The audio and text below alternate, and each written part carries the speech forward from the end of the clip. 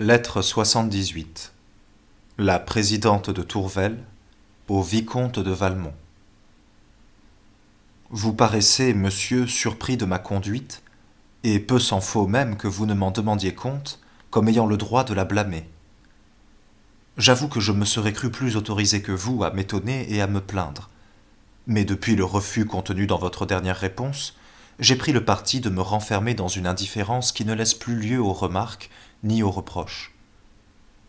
Cependant, comme vous me demandez des éclaircissements, et que, grâce au ciel, je ne sens rien en moi qui puisse m'empêcher de vous les donner, je veux bien entrer, encore une fois, en explication avec vous. Qui lirait vos lettres me croirait injuste ou bizarre.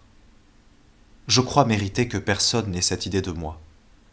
Il me semble surtout que vous étiez moins qu'un autre dans le cas de la prendre. Sans doute vous avez senti qu'en nécessitant ma justification, vous me forciez à rappeler tout ce qui s'est passé entre nous. Apparemment, vous avez cru n'avoir qu'à gagner cet examen. Comme de mon côté, je ne crois pas avoir à y perdre, au moins à vos yeux, je ne crains pas de m'y livrer. Peut-être est-ce, en effet, le seul moyen de connaître qui de nous deux a le droit de se plaindre de l'autre.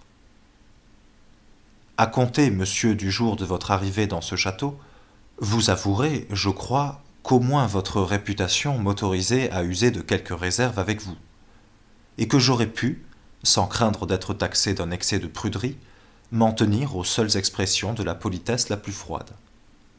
Vous-même m'eussiez traité avec indulgence, et vous eussiez trouvé simple qu'une femme aussi peu formée n'eût pas même le mérite nécessaire pour apprécier le vôtre. C'était sûrement là le parti de la prudence, et il m'eût d'autant moins coûté à suivre que je ne vous cacherai pas que, quand madame de Rosemonde vint me faire part de votre arrivée, j'eus besoin de me rappeler mon amitié pour elle, et celle qu'elle a pour vous, pour ne pas lui laisser voir combien cette nouvelle me contrariait. Je conviens volontiers que vous vous êtes montré d'abord sous un aspect plus favorable que je ne l'avais imaginé.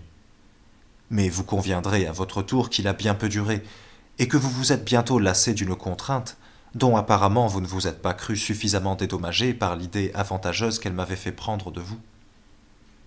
C'est alors qu'abusant de ma bonne foi, de ma sécurité, vous n'avez pas craint de m'entretenir d'un sentiment dont vous ne pouviez pas douter que je ne me trouvasse offensé.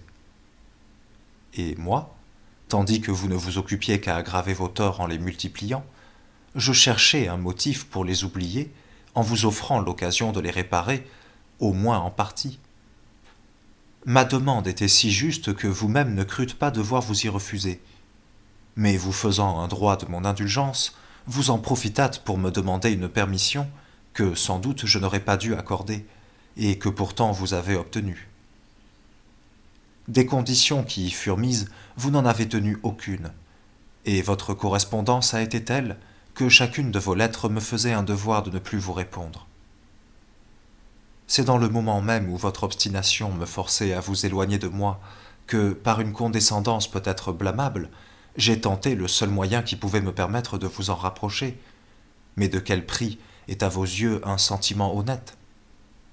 Vous méprisez l'amitié, et dans votre folle ivresse, comptant pour rien les malheurs et la honte, vous ne cherchez que des plaisirs et des victimes. Aussi léger dans vos démarches qu'inconséquent dans vos reproches, vous oubliez vos promesses, ou plutôt vous vous faites un jeu de les violer, et après avoir consenti à vous éloigner de moi, vous revenez ici sans y être rappelé, sans égard pour mes prières, pour mes raisons, sans avoir même l'intention de m'en prévenir. Vous n'avez pas craint à m'exposer à une surprise dont l'effet, quoique bien simple assurément, aurait pu être interprété défavorablement pour moi par les personnes qui nous entouraient. Ce moment d'embarras que vous aviez fait naître, loin de chercher à en distraire ou à le dissiper, vous avez paru mettre tous vos soins à l'augmenter encore. À table, vous choisissez précisément votre place à côté de la mienne. Une légère indisposition me force d'en sortir avant les autres, et au lieu de respecter ma solitude, vous engagez tout le monde à venir la troubler. Rentrez au salon, si je fais un pas, je vous trouve à côté de moi. Si je dis une parole, c'est toujours vous qui me répondez. Le mot le plus indifférent vous sert de prétexte pour ramener une conversation que je ne voulais pas entendre, qui pouvait même me compromettre. Car enfin, monsieur, quelque adresse que vous y mettiez, ce que je comprends, je crois que les autres peuvent aussi le comprendre. Forcé ainsi par vous à l'immobilité et au silence, vous n'en continuez pas moins de me poursuivre.